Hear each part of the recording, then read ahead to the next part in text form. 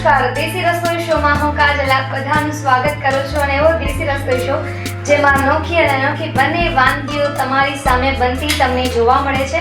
આજનો જે એપિસોડ છે એ તો બહુ જ સરસ. આમ તો જે એ શાકભાજી છે બહુ ઓછા લોકોના ઘરે આ શાક બનતું હોય છે, પણ આજે આપણે બનાવવાના છીએ પરવરની સબ્જી. જી હા, ઘણા બધાએ નામ સાંભળ્યું હશે અને ખાધી પણ હશે પરવરની સબ્જી, પણ કઈ રીતે બને છે બને તો છે, પણ ટેસ્ટ સાથે કેવી રીતે બને છે એ આજે આપણે જોવાનું છે.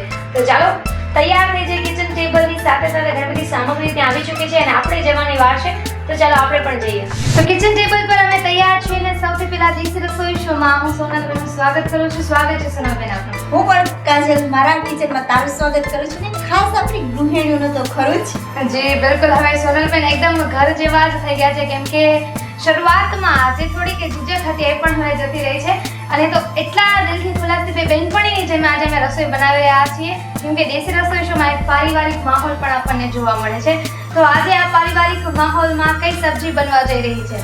આજે હું પરવળ બટેટાનું શાક બનાવીશ. પરવર બટેટાનું શાક, જો કે આમ તો મેં તમને પહેલા જ કહી દીધું હતું, પણ પરવર બટેટાનું શાક છે, બટેટાનું કટિંગ કંઈક અલગ છે, ઘણી બધા મસાલા છે, તો શરૂઆત ક્યાંથી કરવાની છે? પરવળનું શાક બનાવવા માટે આપણે જોશે સમારેલા પરવળ, બટેટા, ઝીણું સમારેલું લસણ, ડુંગળી, સ્વાદ મુજબ મીઠું, લાલ મરચું પાવડર, હળદર, ધાણા જીરું, આમચૂર પાવડર, હિંગ, પાણીમાં પલાળેલું આદું, જીરું, કોથમીર, વઘાર માટે તેલ અને પાણી. શરૂઆત આપણે પેન ગરમ મૂકીશું. જી, સૌથી પહેલા પેનને ગરમ મૂકવાનું છે.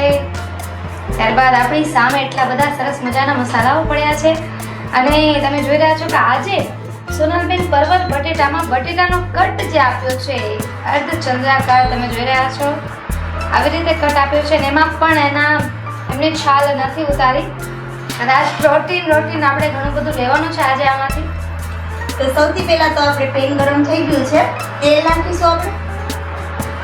આપણે 2 ચમચા જેટલું તેલ નાખીશું. એટલે અહીંયા તેલ થોડુંક વધારે રાખવાનું છે. હા, થોડુંક વધુ રાખશું. એટલે અહીંયા આપણે જે કાઠિયાવાડમાં બહુ તો ગુજરાતીઓમાં રસાળ વધારે સબ્જી હોય છે, પણ અહીંયા થોડીક આપણે સૂકી ભાજીની જેમ સૂકી સબ્જી કરવાની છે પરવર અને બટેટાની. તેલ ગરમ થઈ ગયું છે, જીરું નાખીશું આપણે.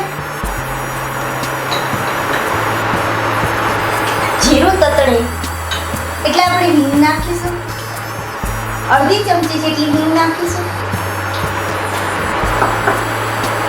ત્યારબાદ ડુંગળી છે, એક નાની ડુંગળી સમારી લીધેલી છે, તે નાખીશું.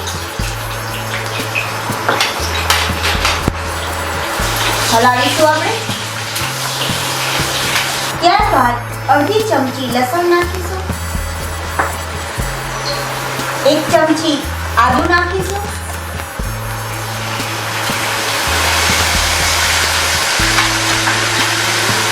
અને આપણે મિક્સ કરીશું.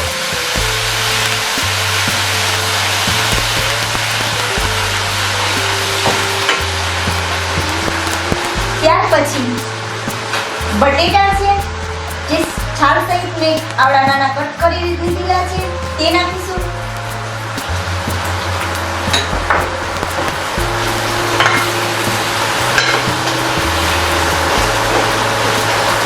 ત્યારબાદ 5 મિનિટ માટે ઢાંકી અને ચડવા દઈશું આપણે.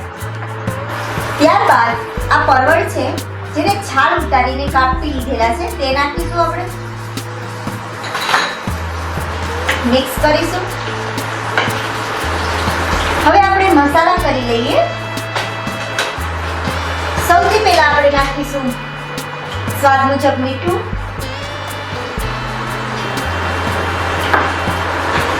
લાલ મરચું મોટી 1 ચમચી, અડધી ચમચી જેટલી હળદર નાખીશું. ધાણા જીરું પાવડર છે, જે આપણે અડધી ચમચી લઈશું. ત્યારબાદ આ આમચૂર પાવડર છે, તે 1 ચમચી નાખીશું અને મિક્સ કરીશું.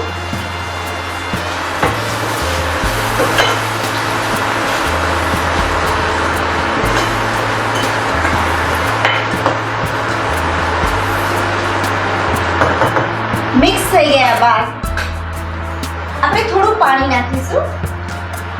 જેથી મસાલો બળી ન જાય. મિક્સ કરીશું.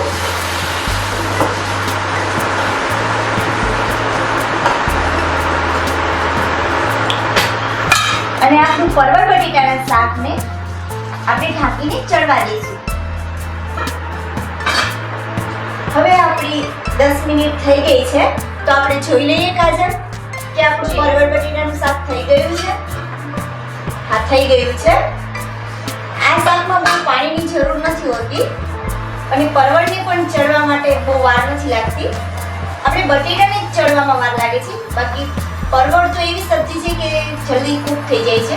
તો જોઈ શકે છે કે પરવળ ચડી ગયું છે. અને બસ હવે આપણું શાક તૈયાર જ છે. હા કાજલ, આપણું શાક તૈયાર છે. હવે આપણે સર્વિંગ બાઉલમાં કાઢી લઈશું. બિલકુલ, એને સર્વિંગ બાઉલમાં જલ્દીથી કાઢી લેશું. અને જે રીતે પહેલા પણ સોનલબેને કહ્યું હતું કે આ સબ્જી સૂકી રાખવાની છે, રસો બિલકુલ નથી રાખવાનો, એટલે બહુ સરસ દેખાઈ પણ રહી છે. થોડીક લચકાદાર સૂકી એવી રાખીશું આપણે.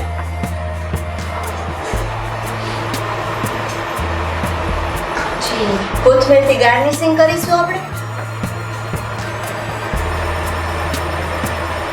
તો રેડી છે આપણી બટેટા પરવળની શાક. જી બિલકુલ તૈયાર છે આપણું બટેટા પરવળનું શાક. તમે જોઈ રહ્યા છો કે મસાલા એકદમ સરસ રીતે આમાં કરવામાં આવે છે, એના કારણે ટેસ્ટ પણ એટલો મસ્ત થઈ જશે એનો.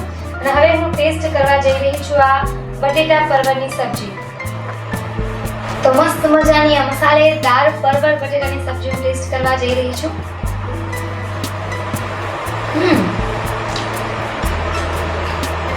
પરવળમાં ખાવા માટે એકદમ ટેસ્ટ આવે છે.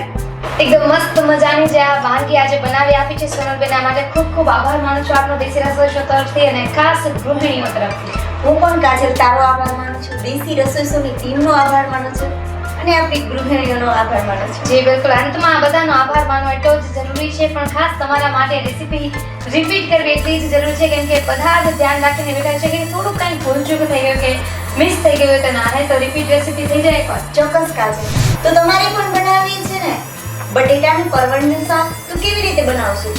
બહુ જ સીધું અને સરળ છે. તેના માટે સૌથી પહેલા તો એક પેનની અંદર તેલ ગરમ મૂકવાનું છે, તેમાં જીરું નાખવાનું છે. જીરું તતડે એટલે તેમાં હિંગ નાખવાની છે. ત્યારબાદ ડુંગળી સાતળવાની છે. ડુંગળી સતળાઈ ગયા બાદ છાલવાળા બટેટાના નાના નાના ટુકડા સાતળવાના છે. એ સતળાઈ ગયા પછી તેની અંદર મસાલા કરવાના છે.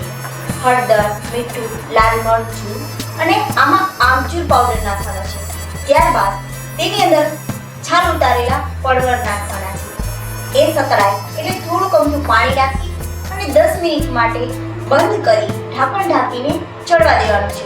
ત્યારબાદ કોથમીર નાખી તમે આ સબ્જીને રોટલી સાથે, પરાઠા સાથે ખાઈ શકો છો. તો આ હતી આજની મસ્ત મજાની મસાલેદાર પરવળની સબ્જી, જે ખાઈને બહુ જ મજા આવે, એકદમ ટેસ્ટી હતી. અને સાથે સાથે તમને જો પરવળની સબ્જી ભાવતી હોય તો વિડીયો લાઈક કરો, શેર કરો અને સબસ્ક્રાઇબ કરવાનું ભૂલતા નહીં. તમે મને રજા આપશો. ટાટા.